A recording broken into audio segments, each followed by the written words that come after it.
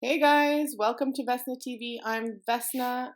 Thank you so much for stopping by. For today's episode, I'm creating 2 DIYs using just a few things. So I'm using this little terracotta pot and one of those wood rounds, and then this picket fencing from the Dollar Tree. All of these things are from the Dollar Tree, and I'm going to be using some antique, there it is, like a warm white paint, kind of looks like antique white.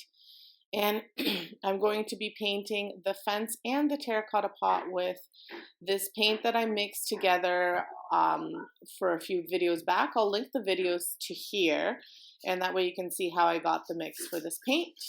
And I will be using a little bit of black acrylic paint as well.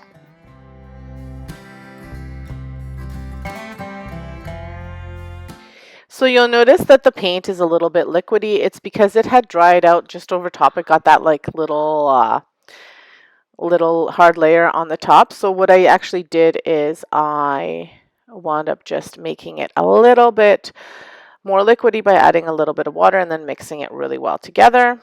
What's super frustrating is when I record stuff and it doesn't record.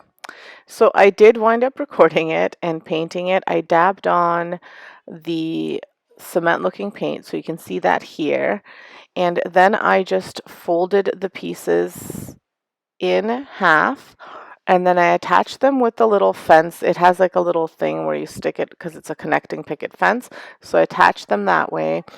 And then I also painted the inside just very slightly so that you can decorate it. You can always put a bottom part to it if you wanted to. You can make it smaller or bigger, totally up to you. I will be using this as a centerpiece for my dining room table, so it'll be awesome to just have it this way. But like I said, you could attach a bottom.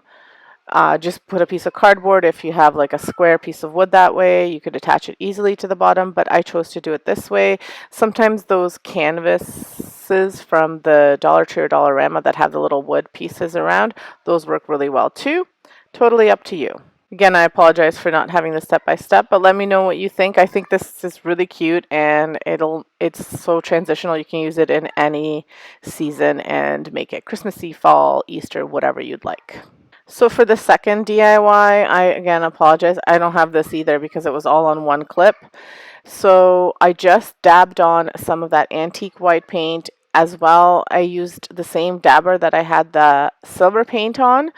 So I kind of mixed both colors together, and then I just added a little bit of black to the dabber and just kind of went around everything and added more black to the little wood round, which I wasn't going to do, but then I wound up doing.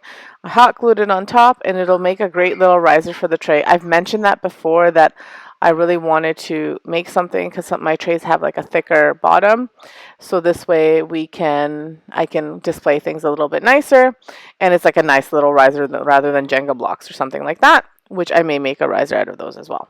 So anyway, let me know what you think. I apologize for having the lack of footage, but it's here. You see how I made it. I'm sorry. If you have any questions, please leave me a comment below. I don't know what happened. I had to restart my phone because it wasn't letting me go back to look at the pictures, so I assumed somewhere there it went wrong, but I didn't notice until after it was done. Anyway, thank you so much for watching. Have a great day. Check out my previous videos that I'm posting here. I posted a really cool cement bead one, and then I'll post the other one at the end where it shows you how to make paint, but I've also linked it before. Thank you so much. Have a great day and stay safe. Again, thanks for watching, and let me know which one's your favorite.